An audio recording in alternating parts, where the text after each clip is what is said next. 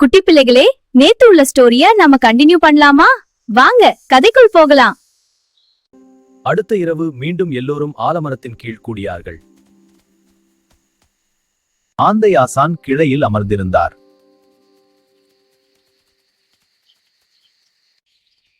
அவர் மெதுவாக பேசத் தொடங்கினார். நேற்று நான் சொன்ன பாடம் நினைவில் இருக்கா? குட்டி விலங்குகள் தலை அசைத்தன. நேற்று போல இன்றும் நான் ஒரு கதை சொல்லப் போகிறேன். இன்றைய கதை பொய் சொன்ன குரங்கு. அந்த காட்டில் ஒரு குரங்கு இருந்தது.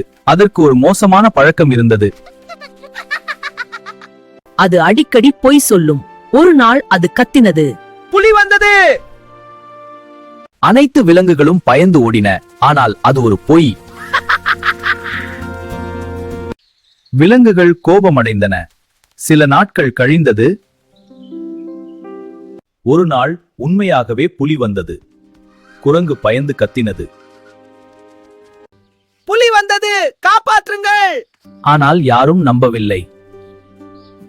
அது தனியாகவே இருந்தது. அப்போது ஆந்தை ஆசான் வந்தார். புலி அங்கிருந்து ஓடிவிட்டது. குரங்கு தன் தவறை உணர்ந்தது. ஒருமுறை பொய் சொன்னால் நம்பிக்கை கெடும். நம்பிக்கை கெட்டால் உதவி கிடைக்காது. அந்த இரவு ஒரு புதிய பாடம் கற்றுக் கொடுத்தது. நாளை மீண்டும் சந்திப்போம், இன்னொரு பஞ்சதந்திரத்துடன். குழந்தைகளே, உங்களுக்கு இந்த ஸ்டோரி பிடித்திருந்தால் நம்ம சேனலை சப்ஸ்கிரைப் பண்ணுங்க, ஒரு லைக்கும் பண்ணுங்க. டாடா, அடுத்த வீடியோவில் நம்ம சந்திக்கலாம்.